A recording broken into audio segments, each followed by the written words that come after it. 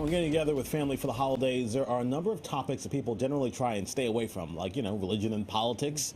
Well, one hot button issue could come up. It's climate change, especially because it's supposed to be one of the coldest Christmases in decades. Yeah, our next guest says it's a great conversation to have with family. Heather White is an environmentalist and author of the book One Green Thing, and she joins us now to talk more about it. Hi there, Heather.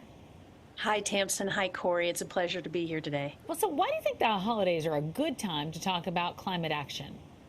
I think it's such an important time to talk about climate action because when we're gathering with family and friends during the holidays, we start to think about memories past, and holidays in the future too, and start thinking about our personal legacy. And as we're thinking about our personal legacy and thinking about the people who've helped us become who we are and help us lead the life we're living now, it's important for us to connect with young people and ask young people about the future we're leaving them. And I think that's a great place for us to start when we think about climate action. We're just saying as we came into this segment that there's some things people don't talk about, with polite company, as they used to say, religion and politics. Some see this as a political issue in some ways. How do you address that? Corey, that's such a great question, and I think we need to move away from looking at this as a political issue and more looking at about a legacy. We need to start thinking of ourselves as ancestors, and actually at onegreenthing.org we have what's called a pledge where you can be an awesome ancestor. I think one of the most important things you can do as a grown-up is ask the young people you love about the future we're leaving them, and you will likely hear about their concerns about climate action. They feel very alone. They feel like it's become very polarized, and they feel like we're not focusing on creating a healthier, greener future. And letting them be heard and letting them know they're not alone is an important way to break through all of this political polarization and start talking about real climate solutions and how we can create a better future. So how do you have that? How do you start that conversation? How do you talk to your family about climate action so everyone's involved in the conversation? Tamsin, such an important question to ask, right? Because just like Corey was saying, sometimes people are really hesitant because they're afraid it's going to be political.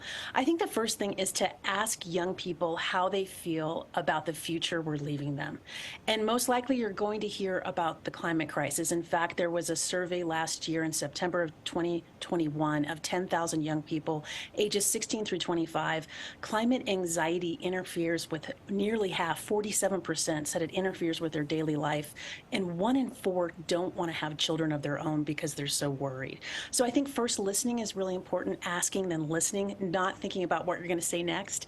And then the second thing that's so important is to share your own stories of resilience, either within your family or what you've witnessed in your lifetime, whether it was the closing of the ozone hole. I always joke with my teenagers, I gave up Aquanet, in the 1980s, and we had an international treaty, and we were able to see the ozone hole heal itself. Obviously, we have a lot more work we need to do when it comes to civil rights and when it comes to justice, but there's been huge progress that we've witnessed in our time, and it's important to share those stories of resilience so these young people are left knowing that there's hope and knowing that they're not alone.